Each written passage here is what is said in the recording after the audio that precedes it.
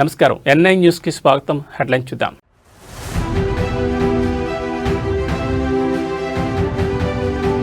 Startup కేంద్రంగా tea hub అధికారులకు CM Revanth ఆదేశం.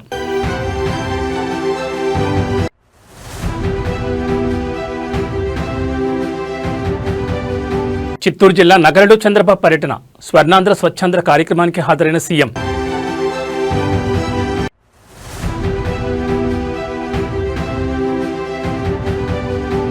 బీఆర్ఎస్ కీలక నేతలతో మాజీ సీఎం కేసీఆర్ భేటీ, ఫోన్ ట్యాపింగ్, మున్సిపల్ ఎన్నికలపై కేటీఆర్ హరీష్తో చర్చ.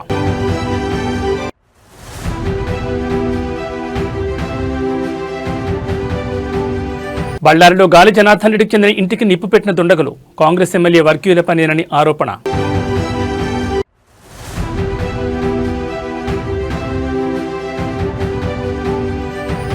ఆకాశాన్ని అంటుతున్న పసిడి ధరలు, సామాన్యుడికి చుక్కలు చూపిస్తున్న బంగారం. ఇక డీటెయిల్స్ చూస్తే టీ హబ్ను స్టార్టప్ కేంద్రంగా కొనసాగించాలని ముఖ్యమంత్రి రేవంత్ రెడ్డి అధికారులను ఆదేశించారు. అద్దె భవనాల్లో ఉన్న ప్రభుత్వ ఆఫీసులను టీ హబ్కు మారుస్తున్నట్లు వస్తున్న వార్తలపై సీఎం వెంటనే స్పందించారు. అమెరికా పర్యటనలో ఉన్న సీఎం ప్రభుత్వ ప్రధాన కార్యదర్శి రామకృష్ణారావు ఫోన్ చేసి మాట్లాడారు. టీ హబ్ను ప్రత్యేక స్టార్టప్ల కేంద్రంగానే గుర్తించాలని చెప్పారు. ఇంక్యుబేటర్గా, ఇన్నోవేషన్ క్వాటలిస్ట్గా, స్టార్టప్లకు కేంద్రంగా ఏర్పాటు చేసిన టీ హబ్లో ఇతర ఆఫీసులు ఉండకూడదని, అలాంటి ఆలోచనలు ఉంటే విరమించుకోవాలని ముఖ్యమంత్రి ఆదేశించారు. అద్దె భవనాల్లో ఉన్న ప్రభుత్వ ఆఫీసులను అందుబాటులో ఉన్న ఇతర ప్రభుత్వ భవనాలకు మార్చాలని సూచించారు.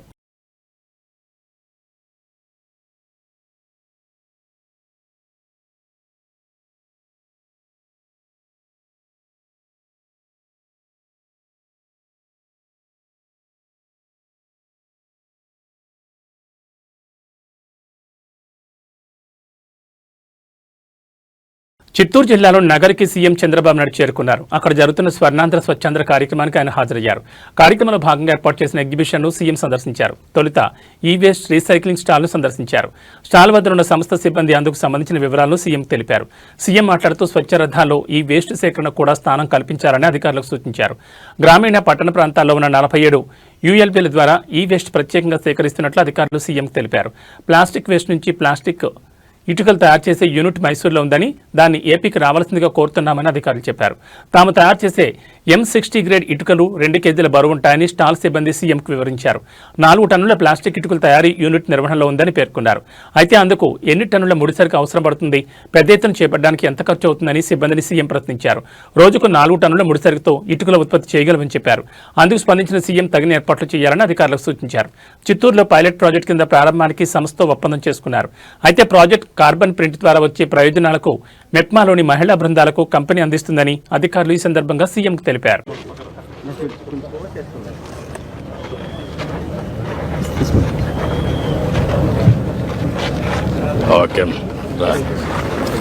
ఓకే మా గుడ్ సార్, ఈరోజు home compost sir. Home compost అంతా కిచెన్ వేస్ట్ మనం వచ్చి ఆర్గానిక్ మన్యూర్గా ఇంట్లోనే కన్వర్ట్ చేసుకుంటాం సార్. అంటే చూస్తారంటే 65% మనకి వెట్ వేస్ట్ కదా, ఇందులోనే పెట్టేస్తాము. ఇంట్లోనే పెట్టేస్తాం సార్. వాటర్ వచ్చి మనం మైక్రోబ్స్ ఇస్తాం సార్. మైక్రోస్ ఇచ్చి ఇందులో పెడతాం. నుంచి లిక్విడ్ మన్యూర్ మనకు దొరుకుతుంది సార్. సో ఆ లిక్విడ్ మన్యూర్ కలెక్ట్ చేయని ఇటువంటి మనకి మాన్యూర్ దొరుకుతుంది సార్. సో సాలిడ్ మన్యూర్ దొరుకుతుంది, లిక్విడ్ మన్యూర్ దొరుకుతుంది సార్. లిక్విడ్ మెన్యూర్ దేనికి వాడుతున్నాం మనం? Bio booster sir. So very good bio booster. మన బూస్టర్ ఫర్ ప్లాంట్స్. అవును సార్. స్ప్రే చేసుకుంటాం. Through drone you can spray. అంతేనా? Through drone or through hand spray but depending upon the capacity. Drones వచ్చేసి ఇప్పుడు drones లోనే చేస్తాం sir. Comfortable చేస్తాం sir. దీనిలో నిండుగా కెపాసిటీస్ ఉంది సార్. చూస్తారంటే చిన్న హోమ్ కంపోస్టర్స్ నుంచి బల్క్ వరకు ఉంది సార్. ఎంత వరకు ఇది వస్తుంది అనుకుంటున్నారు మీరు? ఇది వచ్చి 1/2 kg పర్ ఫ్యామిలీకి కరెక్ట్ సరిపోతుంది sir. 4 members family. Half KG. So 2 bins మనం ఇస్తాం సార్. 30 days ఈ బిన్ వాడాలా, నెక్స్ట్ 30 days ఈ బిన్ వాడాలా. ఈ బిన్ ఫుల్ అయ్యేప్పుడు ఈ బిన్ ఫుల్ 60 days లో మళ్ళీ ఆర్గానిక్ మన్యూర్. ఎన్ని బాటిల్స్ వస్తుంది? ఇది వచ్చి 2 bottles వచ్చింది సార్ మంత్లీ. 2 bottles వచ్చింది. ఇది ఆర్గానిక్ మన్యూర్. ఇది ఎంత వాల్యూ ఉంటుంది? ఇది వచ్చి మనకు 120 rupees వచ్చింది sir manure. Almost 5 to 6 kg. ఇది వచ్చి 40 rupees per liter. Almost 80 rupees, 200 rupees value వచ్చింది సార్. 200 rupees వస్తుంది. Okay, that's good. Economics work out చేయండి. Thank you sir. రండి. మనసులో బ్రైడెన్ కుప్పం ఉంటాయి సార్. ఇవన్నీ కూడా ఇట్లా పట్టుకో.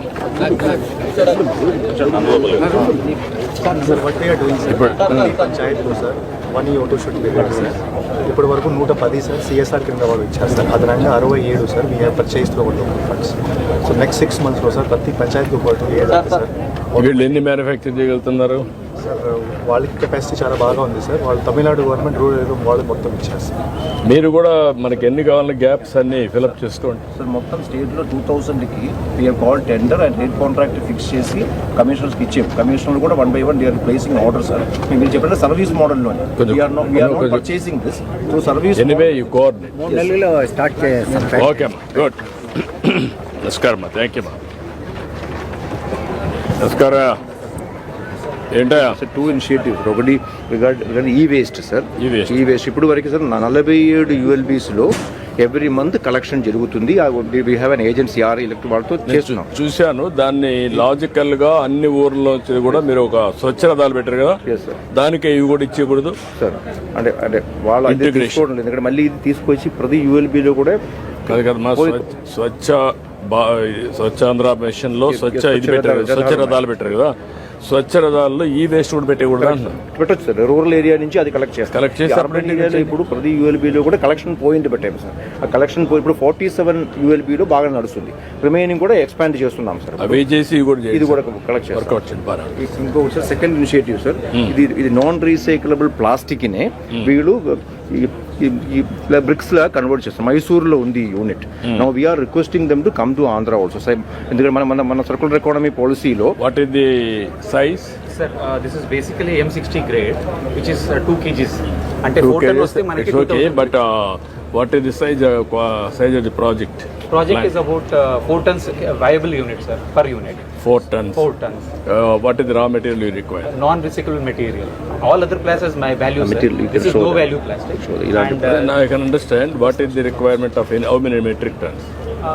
every day I can recycle 4 ton in a minimum. You are going to recycle. What is the requirement of raw material? how much raw material you require per How to make it a viable units, logistics, everything. That is what I am asking. Right, sir. 4 tons of plastic single use plastic మనకి కావాలి sir. తప్పకుండా 4 tons per day. 4 tons నుంచి మనకి viable కావాలంటే minimum 4 tons 4 tons. నుంచి కావాలి. మీ దగ్గర ఎంత ఉంది ఇప్పుడు మీ లెక్క ప్రకారం? సార్ ఇప్పుడు మన దగ్గర ఉంది కానీ సెగ్రిగేషన్ ఫోన్ ట్యాపింగ్ కేసు విచారణతో సతమతమవుతున్న బీఆర్ఎస్ కీలక నేతలతో మాజీ సీఎం కేసీఆర్ భేటీ అయ్యారు. ఎర్రవల్లిలో కేసీఆర్ ఫామ్ హౌస్ లో పార్టీ వర్కింగ్ ప్రెసిడెంట్ కేటీఆర్, మాజీ మంత్రి హరీష్ రావుతో పాటు కీలక నేతలతో కేసీఆర్ సమావేశమైనట్టు తెలుస్తోంది. ఈ భేటీలో రాష్ట్రంలో మారుతున్న రాజకీయ పరిణామాలు, ప్రధానంగా ఫోన్ ట్యాపింగ్ కేసు విచారణ పురోగతిపై ఈ సమావేశంలో సుదీర్ఘంగా చర్చించినట్టు తెలుస్తోంది. ఈ కేసులో జరుగుతున్న పరిణామాలను, అధికారుల విచారణ తీరును కేసీఆర్ అడిగి తెలుసుకున్నారు. చట్టపరంగా ఈ అంశాన్ని ఎలా ఎదుర్కోవాలన్న దానిపై నేతలకు ఆయన దిశానిర్దేశం చేశారు. అదేవిధంగా రాష్ట్రంలో రాబోయే మున్సిపల్ ఎన్నికలపై కేసీఆర్ ప్రత్యేకంగా దృష్టి సారించారు. ఎన్నికలకు పార్టీ శ్రేణులను క్షేత్రస్థాయిలో సన్నద్ధం చేయాలని నేతలకు సూచించారు. ప్రభుత్వ వైఫల్యాలను ప్రజలకు తీసుకెళ్లడంతో పాటు పార్టీ కేడర్లో ధైర్యం నింపేలా కార్యక్రమాలు రూపొందించాలని ఆదేశించారు. మున్సిపల్ ఎన్నికల ఫలితాలు పార్టీ భవిష్యత్తు కీలకమని, అందరూ సమన్వయంతో పనిచేసి గెలుపు దిశగా అడుగులు వేయాలని ఈ భేటీలో నిర్ణయించినట్టు తెలుస్తోంది. కాగా వీరి సమావేశానికి సంబంధించిన అధికారిక ప్రకటన వివరాలు తెలియాల్సి ఉంది.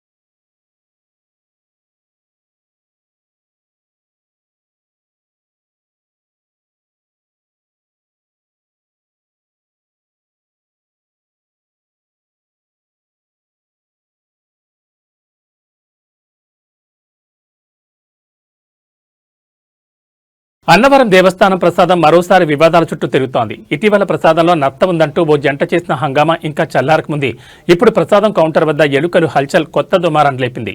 ఇటీవల అన్నవరం హైవేపై ఏర్పాటు చేసిన ప్రసాదం కౌంటర్లో ప్రసాదం బుట్టల మధ్య ఎలుకలు పరుగులు తీస్తూ తిరుగుతున్న దృశ్యాలు కనిపించాయి. వాటిని వీడియోగా తీసిన ఓ భక్తులు సోషల్ మీడియాలో పోస్ట్ చేయడంతో విషయం క్షణాల్లో వైరల్ అయింది. ఇప్పటికే ప్రసాదం పరిశుభ్రతపై చర్చ జరుగుతున్న సమయంలో ఈ వీడియో రావడంతో భక్తుల్లో ఆందోళన మరింత పెరిగింది.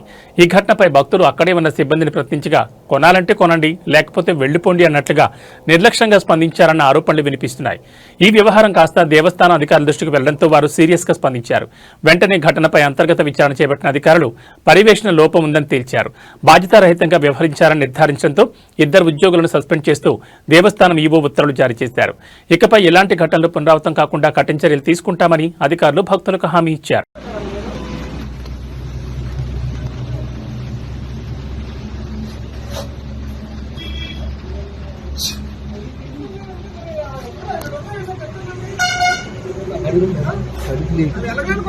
మనిషి తెలియదు ప్రసాదం కొడుతున్నారు కదా.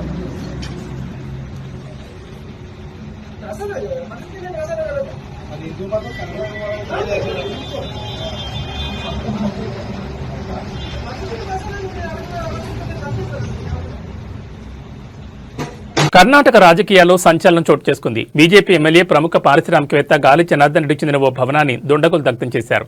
బళ్ళారి కంటోన్మెంట్ ప్రాంతంలో ఈ ఘటన జరిగింది. ప్రమాద సమయంలో ఆ ఇంట్లో ఎవరూ లేకపోవడంతో ప్రాణ నష్టం తప్పింది. ఈ ఘటన వెనుక కాంగ్రెస్ ఎమ్మెల్యే నారా భరత్రెడ్డి మద్దతుదారులు ఉన్నారని గాలి జనార్దన్ రెడ్డి సోదరుడు మాజీ ఎమ్మెల్యే గాలి సోమశేఖర్ రెడ్డి ఆరోపించారు. భవనంపై పెట్రోల్, డీజిల్ పోసి ఉద్దేశపూర్వకంగానే నిప్పిపెట్టారని ఆయన ఆరోపించారు. ఈ నెల 1న గాలి జనార్దన్ రెడ్డి ఇంటి వద్ద భరత్రెడ్డి వర్గీయులు కాల్పులకు పాల్పడ్డారనే ఆరోపణలు వచ్చిన విషయం తెలిసిందే. ఆ వివాదం సద్దుమణక ముందే ఇప్పుడు ఈ అగ్ని ప్రమాదం జరగడం గమనార్హం. బళ్ళారి నగరంలోని జీ స్క్వేర్ లేఅవుట్లో ఉన్న ఈ మోడల్ హౌస్ విలువ సుమారు 3 కోట్లుంటుందని అంచనా. 13 ఏళ్ల క్రితం కొనుగోలుదారులను ఆకర్షించేందుకు దీన్ని నిర్మించారు. సమాచారం అందుకున్న వెంటనే పోలీసులు సంఘటనా స్థలాన్ని చేరుకుని దర్యాప్తును ప్రారంభించారు.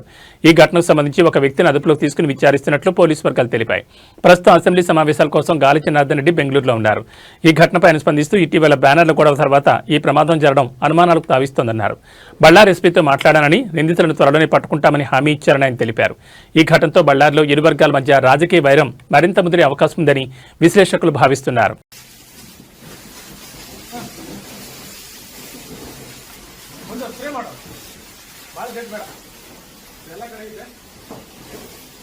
ಇಲ್ಲಿ ತಲೆ ಮೇಲೆ ಐತೆ ನೋಡ್ರಿ ಜಾಸ್ತಿ ಲಾಸ್ಟ್ ನೋಡಿ ನೋಡಿ.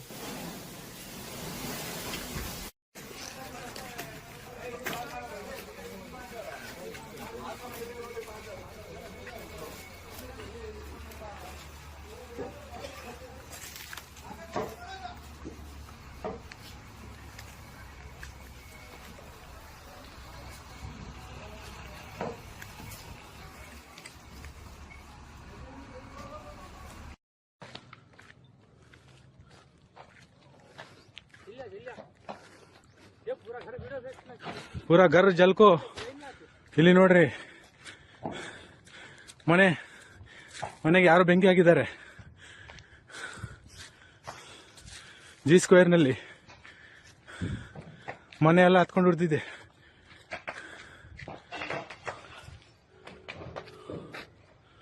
ಏ ಒಂದು ವಿಷಯ ಫೈರ್ ಫೋನ್ ಕರ್ನಾ.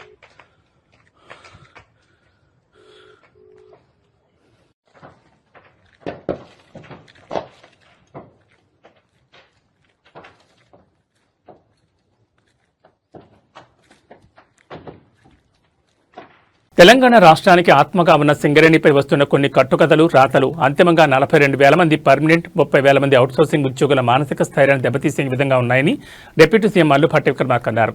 ఇవాళ ప్రజాభవన్లో నిర్వహించిన మీడియా సమావేశంలో ఆయన మాట్లాడుతూ పెట్టుబడుల పేరుతో ఒక పత్రిక రాసిన విషపు కథనంతో వివాదం మొదలైందని తెలిపారు.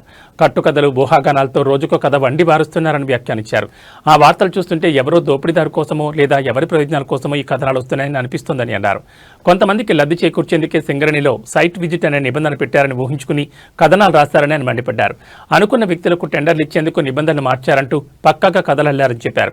సైట్ విజిట్ అనేది ఏదో తనకే మేలు జరిగేందుకే పెట్టారని కథనాలు రాయడాన్ని ఆయన ఆక్షేపించారు. సింగరేణి అనేది ఒక అనానమస్ ఇండిపెండెంట్ సంస్థని గుర్తు చేశారు. గత 105 ఏళ్లుగా సింగరేణి బోర్డు కొనసాగుతోందని, అసలు సింగరేణి నిర్ణయాలు మంత్రి దగ్గరకు రావని స్పష్టం చేశారు. అయినా ఆరోపణలు వచ్చిన మరుక్షణమే టెండర్లు రద్దు చేయాలని ఆదేశించారని భట్టి విక్రమార్క అన్నారు. విషయమే లేదు. ఈ కనీసం విషయ పరిజ్ఞానం కొద్దిగా ఉన్నా ఇంగిత జ్ఞానం ఉన్నా ఎవరైనా ఇది అర్థమైతే రాయరు. బట్ అయినా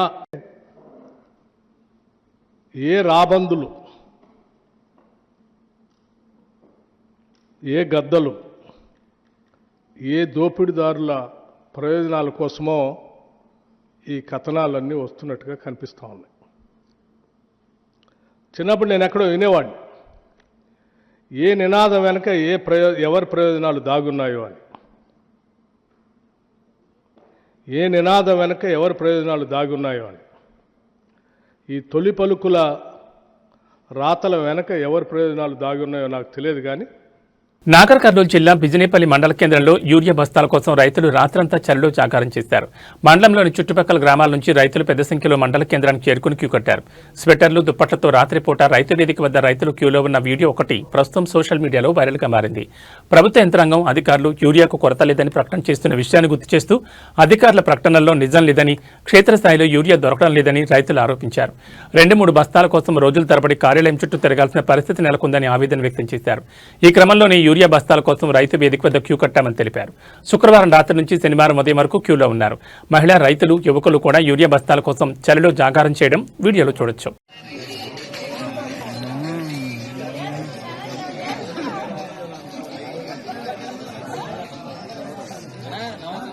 నమస్తే, కాలేజ్ చేయాలి.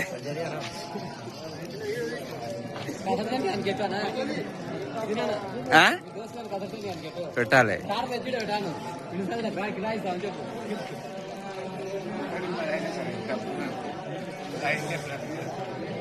అమ్మా, మొత్తం ఓటవనాలే ఉన్నారు. అవగారు నాయనా.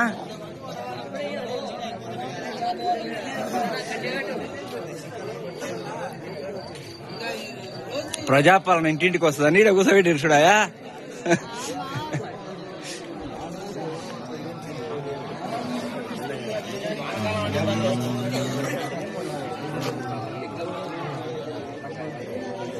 ఖమ్మం జిల్లా సత్తపల్లి ఫారెస్ట్ రేంజ్ పరిధిలోని చౌడారం బీట్లో వన్యప్రాణుల గణన కార్యక్రమాన్ని అటవీశాఖ అధికారులు అత్యంత ప్రతిష్టాత్మకంగా చేపట్టారు. అటవీ ప్రాంతాల్లో వన్యప్రాణుల సంఖ్య, వాటి కదలికలను గుర్తించేందుకు ఈ గణన నిర్వహిస్తున్నారు. సత్తపల్లి ఫారెస్ట్ డివిజన్ అధికారిని మంజుల స్వయంగా క్షేత్రస్థాయిలో పర్యటించి చౌడారం బీట్ పరిధిలో జంతువుల గుణగణాలను లెక్కించారు. జంతువుల అడుగుజాడలు, విసర్జితాలు మరియు ఇతర ఆధారాలను బట్టి అడవిలో ఏ రకాల జంతువులు సంచరిస్తున్నాయి, వాటి సంఖ్య ఎంత అనే వివరాలను అధికారులు సేకరిస్తున్నారు. పర్యావరణ సమతుల్యతలో కీలకమైన వన్యప్రాణుల సంరక్షణ కోసం ఏటా ఈ గణన నిర్వహిస్తారు. సత్తుపల్లి అటవీ ప్రాంతంలో జీవ వైవిధ్యాన్ని అంచనా వేయడానికి ఇది ఎంతో దోహదపడుతుందని అధికారులు తెలిపారు. ఈ కార్యక్రమంలో ఫారెస్ట్ రేంజ్ అధికారులు, బీట్ ఆఫీసర్లు మరియు అటవీశాఖ సిబ్బంది పాల్గొన్నారు.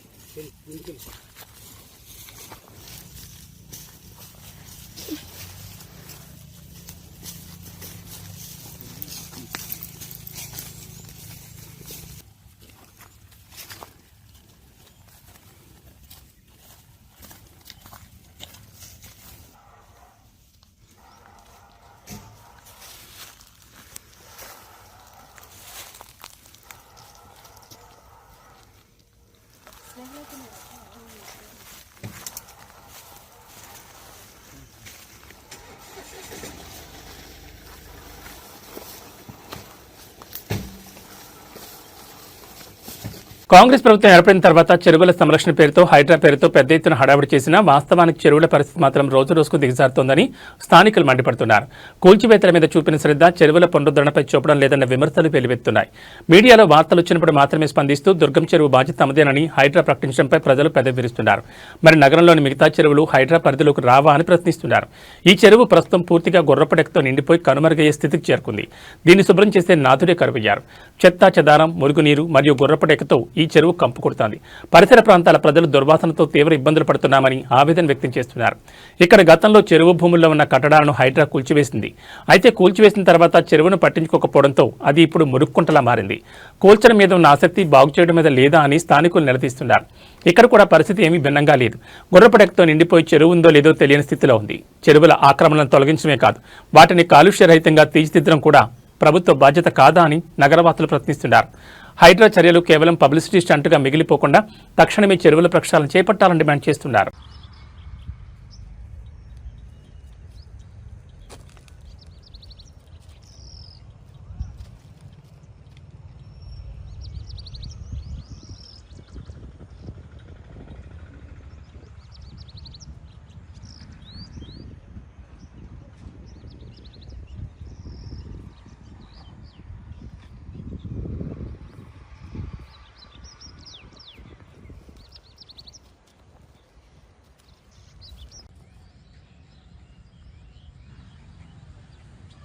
वहाँ पे जाके ऑरिजिन हॉस्पिटल में ट्रीटमेंट का मांगा था मैंने ऑरिजिन का नाम नहीं है।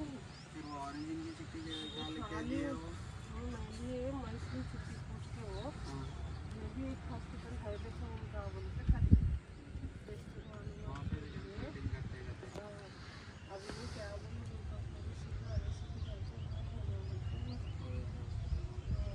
26 तक छुट्टियाँ हैं 27 को रोजी बजे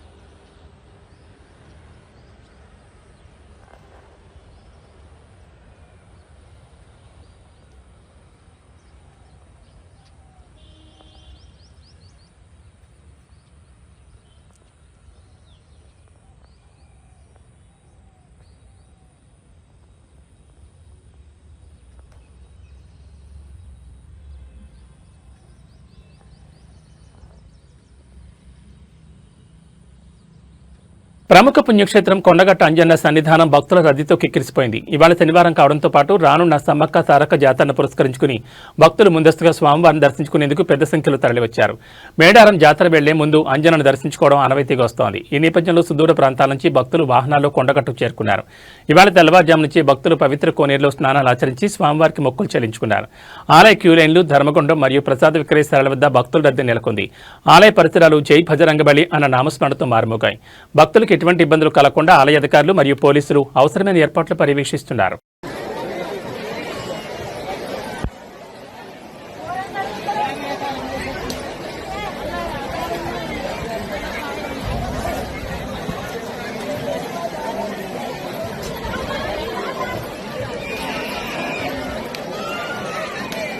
బంగారం, వెండి ధరలు రోజురోజుకు పెరుగుతూ కొనుగోలుదారులకు చుక్కలు చూపిస్తున్నాయి. ఊహించని రీతిలో పెరుగుతున్న ధరలు చూసి సామాన్యుడు భవిష్యత్తులో వాటిని కొనడమే కష్టమన్న ఆలోచనకు వస్తున్నాడు.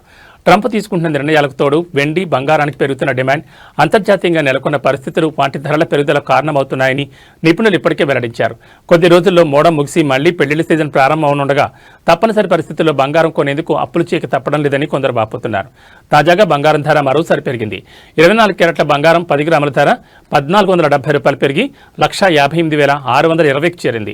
22 క్యారెట్ల బంగారం 10 గ్రాముల ధర 1,350 పెరిగి 1,45,400కి చేరింది. 18 క్యారెట్ల బంగారం 10 గ్రాముల ధర 1,110 పెరిగి 1,18,970గా ఉంది. ఈ రోజు వెండి ధర కాస్త శాంతించింది. కిలో వెండిపై కేవలం ₹100 పెరిగింది.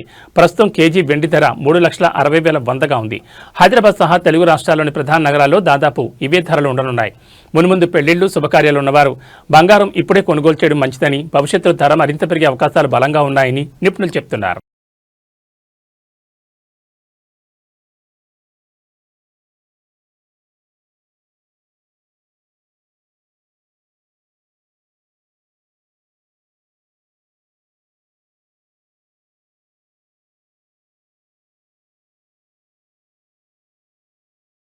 ఏవీ బులెటిన్ విశేషాలు. నమస్కారం.